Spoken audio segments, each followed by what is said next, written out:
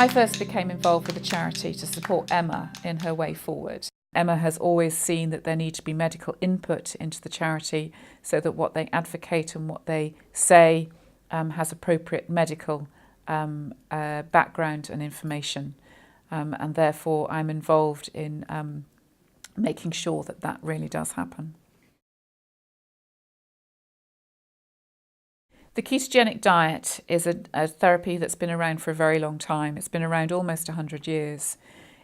What it is a high-fat diet designed to mimic the effects of on the body of starvation.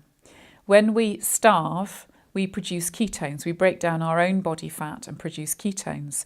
And it was discovered a considerable time ago that starving and only having water can improve seizures. The clinician in the 1920s, therefore, suggested that if we had fat as our main calorie intake, we would need to break that down in order to produce energy and produce ketones, and this could mimic the effects on the body of starvation. And indeed, when this diet was trialled, originally in the classical form, it was shown that it could have benefits in epilepsy.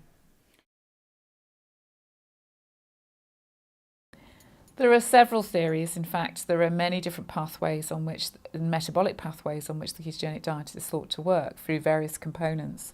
However, there are some thoughts that maybe it's the low sugar that may actually be beneficial. Others think that maybe there's some genetic changes. Others think that maybe it's a component of the diet, namely the medium chain fatty acids, that may actually be changed. However, it may be different components of the diet are beneficial in different types of epilepsy or different causes of epilepsy. So it may be that one size doesn't fit all. It's not the same answer for everybody. There are two different reasons as to why the diet isn't promoted as much perhaps we would like. The first one is that traditionally it's been thought of as it's a dietary treatment, as a non-medical treatment. And there are so many other dietary treatments that have really been put out there for different conditions, which really are not scientifically based. We now have evidence-based in a true randomised control fashion that this diet can work, where the individual children have failed the drugs. In adults, we haven't got RCT data as yet, although there's some increasing data, then it may be worth trying. The next problem we have, and where that may be used as an excuse, is the fact that it does need a dietetic resource. It's not a diet you can just go on reading a book and make sure that and follow instructions. You need some dietetic support to know that the nutritional basis to the diet is appropriate, and particularly in children, to make sure they're growing appropriately, they're getting the right number of vitamins, they're getting the right amount of minerals within their diet so that they're not nutritionally deficient. And therefore, because this does need additional support, there's the counterbalance of more expense versus the belief, well, let's find an excuse as to why it shouldn't be used. To parents who want to trial this diet or are thinking about it, they need to discuss that with the doctor who looks after their epilepsy. It's not a diet that someone can just have a list of instructions and go and do. We need to monitor the children. We need to make sure they're getting the right mineral and vitamin supplementation and the right number of calories to ensure that they grow properly.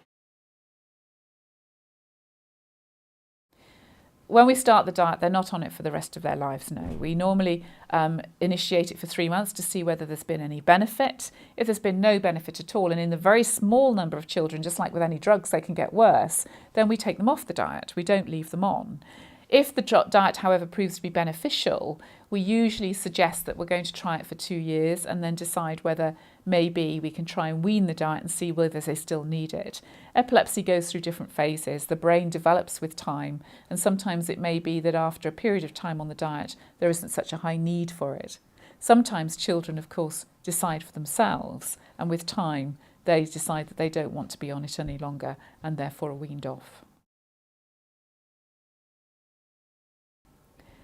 I think that all parents should have a discussion as to whether this is something they wish to try.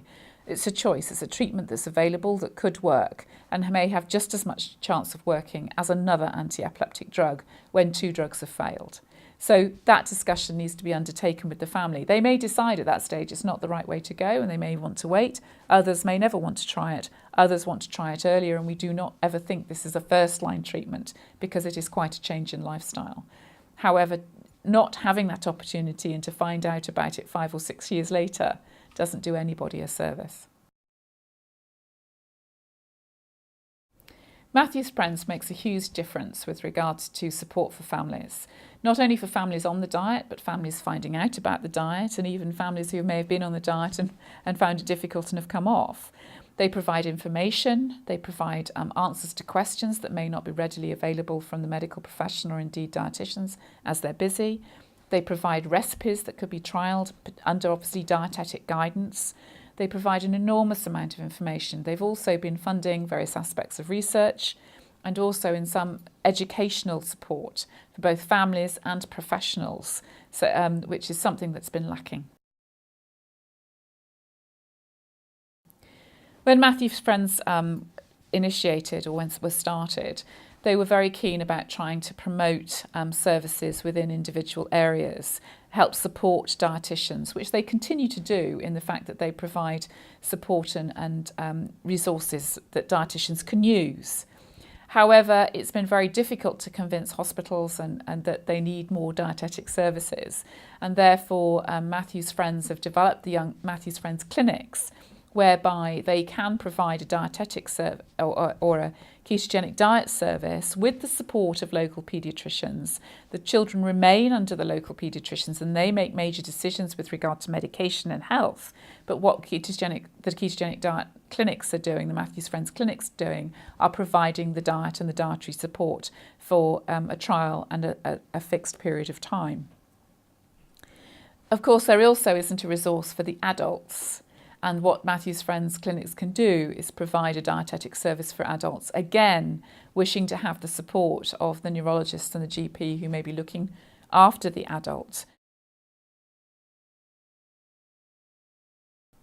Matthew's Friends has grown considerably since my initial involvement, to some degree with regard to staffing, but actually with the degree to which it is known worldwide, it's now global, the number of families that are aware and involved with it, the amount of support that it gives, its educational support that it gives both to professionals and families, and of course now the development of the clinics at Young Epilepsy, the Matthew's Friends clinics, supporting not only children and families who wish to go on the ketogenic diet, but also adults who wish to try the ketogenic diet. There's a considerable way forward, however, we can go. We still need to raise awareness of the diet. We still need to do more research, which Matthew's Friends have also supported, in determining which groups of children and adults the diet may be best suited. And certainly they wish to be involved and will be involved in further trials in the future in order to prove its success or not, as the case may be. Certainly we wish it to be a choice in treatment for children and possibly adults, not to be something that they have to fight for repeatedly for consideration.